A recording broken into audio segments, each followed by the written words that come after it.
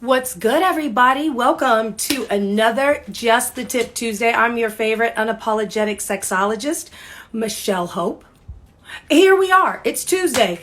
I am about to bring on a special guest, but I wanted to kind of get on and get ready. I know we're going to be having Chang joining us today. She is the co-founder of Crave, which is this is called a Vespa. This is a beautiful, amazing vibrator. And because it's Masturbation May, we talked about that last week on Friday. Let's be real. Just a tip can come any day, but I do like it on Tuesdays because it sounds good, right? So I'm going to be inviting my girl in, and I just added her. She's going to hop in, and we're just going to be talking about like some quick questions of how she got into the industry. Hey, how are Hi, you? I'm good. I'm at home in Oakland right now. Staying sane, Same, sorry? staying sane and like grounded. Yes, absolutely. I share with my partner. Oops, I I do see that. her. Don't worry about that. I don't know how to do tech. All good. Yeah, no, I'm here with my partner. This is our living room, and so far good. Cooking a lot, baking a lot. The typical COVID things. Right. Did you put on that COVID-15 people are talking about? No, I put on the COVID 3.5. So yeah, I'm inching up there. Inching up. Girl, I have put on a COVID-15 and I'm okay with it. I figure it is what it is. I mean, But the world's gonna end, so eat all the carbs you want.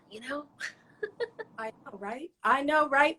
Well, I want to welcome you today. Thank you so much for being on Just the Tip Tuesday. I am a huge fan of your work, T. If people don't know, you are an industrial designer. That is your background. Yes. Who shifted from industrial design hmm to sex toys. Can you tell me a little bit about like how you ended up in sex toys? Yeah. So industrial design is kind of a general degree or platform where you make things that people use. So it's three-dimensional. It's like furniture. It can be toys. It can be medical equipment. It can be a lot of different things. And after working for a while for big companies designing hairbrushes, bicycles, I worked on furniture. I worked on exhibit designs. Um, I guess after working for a lot of other people, I kind of started to feel that I wanted to develop my own voice. And Mhm. I also felt that there was a need in the market to address a lot of products for women that were not being addressed. And at the time, I only had enough skill set to focus on manufacturing and products. And so I shifted my attention to products that I thought women could really benefit. So I started doing a lot of research, and I found out vibrators was, one of those categories of products that really haven't been touched by design because of the whole taboo and stigma.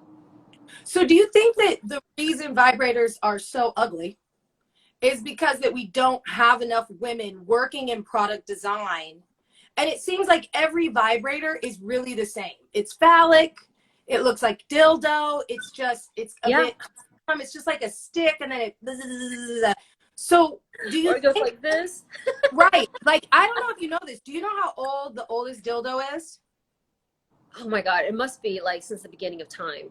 It's like 30, the oldest one they have on record is like 30,000 years old. It Not was made surprised. on, and they found it in like in a German excavation site. Go Yeah. figure. Germans have Not it down. surprised at all. Not surprised. So when we talk about, or when we think about product design and vibrators, you decided to get into this because you felt like there was a market that needed to be met. So your first product was the Vesper, No, correct? actually, technically, it's the duet. That was in 2012. So Vesper's actually, I think, our third or fourth product, but I think that's the one that I think really had the most market resonance. People really gravitated towards that. It's one of our best sellers. And hmm it's a beautiful product. So let me tell you a story about this. So I wear this all the time, every time I go Okay. out. And I have had people think it was a marijuana pen. I've had people think it was a cocaine holder. I literally was teaching a class once at a Uh-huh. school. Someone was like, Michelle, is that for drugs? And I was like, are you kidding me? I mean, I don't know how they felt when I was like, no, it's actually a vibrator. But it's so discreet. So can you kind of tell me about this ditty here? And Yeah, look, it's got power, baby. That's it the low really spot. does. Yeah, I mean, so that product, so all of our products are external vibes. And as you mentioned earlier, sex toys have traditionally been designed by men. It is an industry, exactly. That's where it goes. That's where the Right. clitoris is. Right. And just the entire industry have been created by men for women based on what men think women want, which is typically their dick, okay? Which is fine, you know, it's good for some people, but one of the things that I think was most overlooked was external vibes. You know, Right. the clitoris is where it's at, and so many people actually don't even know that, and they don't realize the clitoris, like you pointed out, is not just that part, but it also goes deeper into the body as No, well. But there's a exactly. lot of nerves at the tip, you know? So Yes, yes. exactly. So I decided to focus on that. So because there are also so few women working in industrial design, because of the taboo, there are even less and almost no women working on design of sex toys for women, and Right. even less that are trained designers. And so trained designers, you not only make sure it's functional, but also aesthetically it's pleasing, and also just overall is a great experience. And so I've always tried to think of ways to make this experience remove all that shame and stigma. And so one of the ideas is to wear it proudly and loudly, you know, as a vibrator, because I feel jewelry is a really high aesthetic kind of product. Women love getting jewelry. You know, Right. there's something about that. You just feel like, oh, I'm treating myself. It feels so good. And I wonder if there was possible to have a product that's so beautiful that women would actually wear it out. And also it symbolizes a woman who is kind of in control of her pleasure, you know, as one way. I mean, I'm not saying every single woman has to wear a vibrator out to feel control of their pleasure. I'm just saying it's an opportunity for them to openly express what they, you know, about their sexuality or about pleasure, about them owning their pleasure. And so, but at the same time, this product is also just a really good discreet vibrator. So for a lot of women, they don't want to wear it out, which is fine. You know, there's no what right or wrong way. They can just leave it at home and use it as just a really elegant vibe. And for me, that is sort of kind of the magic of the product, is that it allows women to, you know, be at ease to use this however they want. It's not always about wearing it out, and it's also a really strong vibrator. So a lot of people love it for that. Absolutely. You know, I think that as we look at the history of vibrators, right? Like, again, very male centric, very male driven, really based on the idea that this is what we know women want. And I think as we continue to try to break down these narratives of patriarchy, it's Mm-hmm. vibrators like these or necklaces like these that can help really start to destigmatize women's pleasure, which is really, really, really important. Yeah. So I want to know, what do you think is next in the world of vibrators, or tell me what is next for Love Crave. I do want to kind of give a shout out to Love Crave. You are the co-founder, Thank you. Yes. Mm-hmm. and that's where you get all these wonderful products. So what's next? Oh, Crave. So we've been around for almost 10 years, going on 10 years now. We have about 8 products. And, you know, that's who we are as a company. We are a product company, and our mission is really to help people, you know, have better lives, their sex lives, you know, however they wish to use it. If it's a vibrator, they can buy from us or anybody else, you know. So we just think, you know, it'd be great for people to have control and ownership over their pleasure. And so, like I said, at the core, we make products, and we do have products in the works, because once we stop making products, we, you know, that's just what we do. And so vibrator jewelry, we also have another set of rings that are coming out. Right. So those we revealed at CES in January, but because of the whole COVID, a lot of the development have really slowed down, because as a company, we're not able to work face-to-face in person. Many of us are working from remote, just like I am. And so that definitely slows things down, but we definitely still have several products in the works, and some that may be announced very soon. So please stay tuned. So we definitely have products coming out. Yeah. Yeah. Yeah. And then as far as the landscape of sex tech, Yeah. right? So this idea of whether it's product, whether it's app, whether it's ideas or web pages. What do you think the future of sex tech looks like? I don't know, after Yeah. COVID, like 5 years, because I think that COVID is really going to like accelerate sex tech products, whether it be online products or actual personal use products. What are your takes on that? I mean, I think definitely COVID is accelerating development of things that we normally would not have thought about. And also is helping people, I think helping people to kind of turn inward, because now we're much more alone, you know, or we're more focused at home, we're more still. And so I think the idea of personal wellness and sexual wellness is becoming more top of mind for a lot of people. And so I think that's a really great thing. I think in the world of sex tech, we are just starting to graze the surface of what better sex toys could look like. And I think the most important thing is about the experience. And I cannot emphasize it enough, because it's not just about the the beauty of a product, but it's the experience. So for example, if you see something that's really ugly and you're ashamed of it and you feel like you have to hide your sex toy, that's a horrible experience, you know? Right. And so I think if people think of products in terms of more holistically, how do they store it, how do they charge it, is it easy to clean, can I wear it out, or hey, do I get excited when I see it, if I can just leave it easily out on my nightstand, I don't have to stress about my kids coming in and like seeing this. And so I think all of that should really be considered. And it's really a long wind of saying sex toys are just becoming modern consumer products, because if you think about all the modern products that you own, from jam boxes, headsets, anything that's wireless, it's just like a great experience, and sex toys have really lagged behind, but I think now we're becoming more mature to be a modern consumer product company in a category. Yeah. Absolutely. So we got two questions. Somebody wanted to know, what's the price point on your product line? So like low to high, what is the range?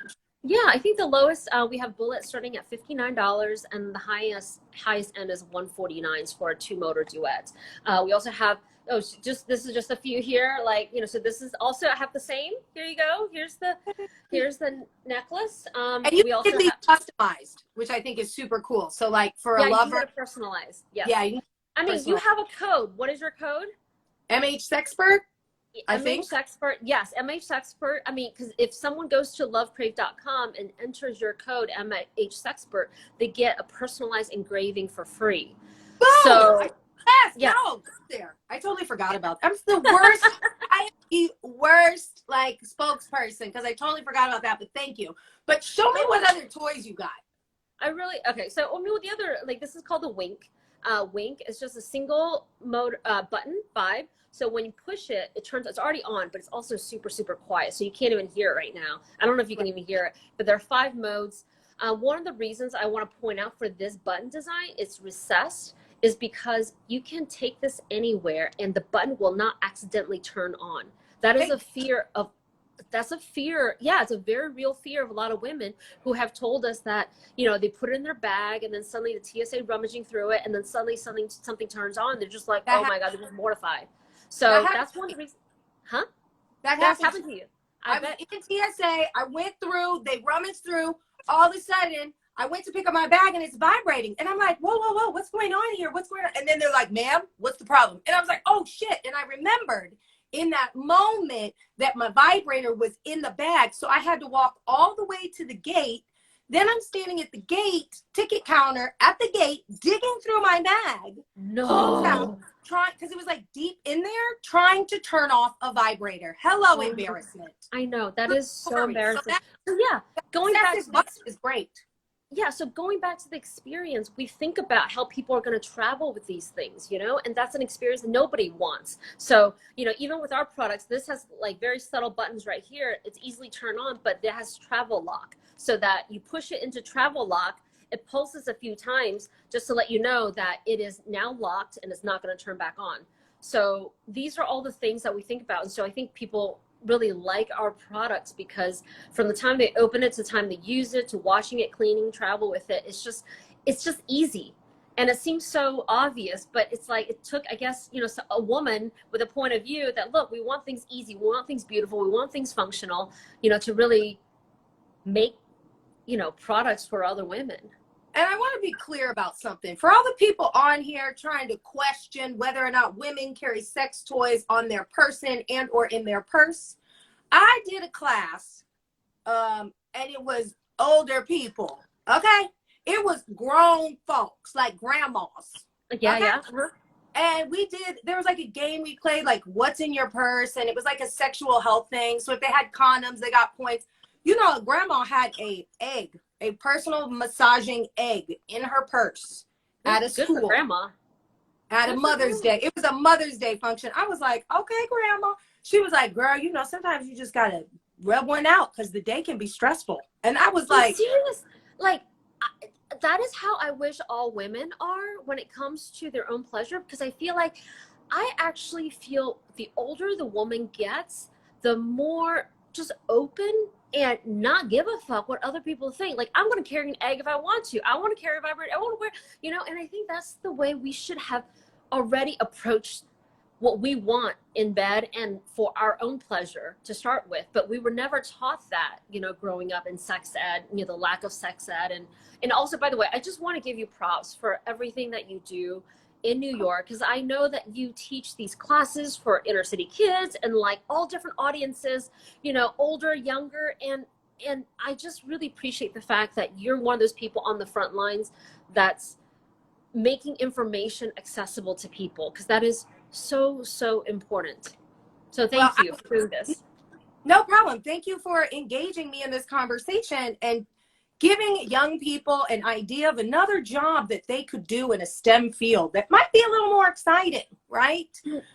Oh my goodness, let me tell you, there are so many possibilities when you become something like an industrial designer, because anything that people use, whether it's sex toys to children's toys to animal, to there's so many fun things, and anything you touch, you can change that, you can build it, you can design it, you can create it. But yet I think there's something about in America when we think about products, we just think engineers, and that's one aspect of it. But as an industrial designer, you can impact the world by literally creating the world you want around you. So that's sorry, thanks for coming to my TED Talk. Yeah, right. So I just want to let you know, all my students know who you are, because I would wear this to school and they would be like, what is that? And I'd be like, it is a vibrator. And they'd be like, Miss Michelle, why are you wearing a vibrator to school? I was like, because it's designed by a woman of color, in a tech space, and I'm supporting women of color. Okay. Thank you so much. Thank you so much. And so it was really a way for me to give young women opportunity to see, one, because I try to be a role model, one, sex positivity, two, the intersections of being a female and being a person of color, a big deal, striving to make their way in an industry that's usually dominated by men. Like, I'm always trying to show them that example. So you came up a lot in class and they've seen your picture and they know about you. So I just want to let you know, you are doing the same thing, even though you don't really realize it. And thank you. Yeah, and I think it's so important also for the younger generation to know, especially women, we are the minority in almost all industries, like across, whether you want to be an actress, you want to be, a writer, you are the minority in so many of those industries. So it's so important to support other women and also show, especially the younger generation, there are other, because growing up, my parents, I came from an immigrant family. Like, I wasn't even born here. My parents, we came here when we were 6 and we struggled. We had a furniture store. Immigrant, yes. Yeah, I mean, we struggled, and as an immigrant, I didn't even know there was such a job as industrial design. I didn't even know I could become a designer. And because we weren't taught, I think it's probably, I came from Georgia, that's where I grew up. I grew up in the South, so that might help to explain a lot of things about me. But it's that our parents don't necessarily teach us, what are all the other career possibilities that are out there. And so it's so important to, get on social media, to engage with other people and to learn, wow, I don't only have between a doctor, a lawyer, teacher, there are so many other careers out there for women and, who want to design products or do other things. So, yeah. Yeah, no, I think that's amazing. Now, one thing I want to talk about, because this is important about this wearable toy, is keeping it clean, and charging it. So I do want to take it apart just to show everyone that it is a rechargeable device. Let me grab a cable. Hold on one second. Let me grab a cable. Hold on. Yeah. Sorry about that pause. No, it's okay. So you can take this apart like this. Boom. You see, and there's a little cable right here. Okay. Yep. So the way this works is that you just it comes with this little cable when you buy the product, and it's USB. Okay. The cool thing about USB, some people don't know, is that once we can travel, this is travel friendly. That means USB is regulated in all the different countries, but our adapters are not. So that way you just need to grab a USB and you can go in any country and you can charge anywhere without worry about anything else. So that's how you charge. You just leave it on there for like, I think 1.5 to 2.5 hours. And then just take it off. One of the things you don't want to do with your sex toys is to leave it charged all the time. Like, it's okay to leave it for a day or two or whatever. That's fine. No big deal. But there's no reason to leave it charged all the time, like for months at a time, because that can actually be bad for the battery. So just FYI. There's no actual battery you put in. It's rechargeable. You just do the USB and you go. Right. Yeah, there's no new battery for this because it's rechargeable. It's built in. So you just have to constantly, you just charge it, and then there's no AA batteries. There's no, none of that. So I have to say, I just realized I can take it off this thing and turn it on. I did not realize that before. I didn't realize that. Actually, okay, so so that's something we actually, because some people, sometimes they lose their cap and such, but we have a new version that has just the product so that when it's on, it'll stay on. So when you push the button, the cap will need to be on. But that's Anyway, it's just a few revs and stuff. Let's talk about cleaning. Yes. Okay, so the Vesper, all of these this is made from surgical stainless steel. Okay, so it's very incredibly body safe. And anything with plating, such as that, we have a gold, 24 karat gold version and a rose gold one. All the plating is nickel free. So, a lot of women have nickel allergies, when you wear those like cheap costume jewelry and shit, they get an allergy. So none of this is all nickel free. So because this is not waterproof, they call it splash proof, but I'm just gonna tell you straight up, like, do not submerge this because you will be very, very sad. Okay. What I recommend is basically take a damp cloth. Okay. Just a little bit of water, some damp cloth, and you just wipe it nice and clean. You do not want to submerge this. Okay. You do not want to submerge this because this is where the button is and the water can get into the button and up here. Okay. So you just want to wipe it with a damp towel and then just be done with. That's like a wet wipe. Could I use a vag wipe?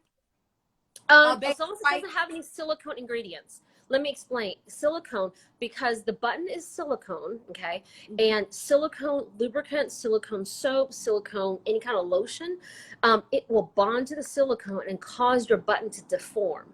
Okay. Ooh. So that's actually true of all silicone toys. So if you own any kind of silicone toys, you don't want to use it with silicone lube. You don't want to wash it with soap that may have silicone ingredients. And oftentimes they don't say silicone. It's like dimethicone or some other, it's like hidden in there because there's so much silicone in everything we use. Alcohol is totally fine.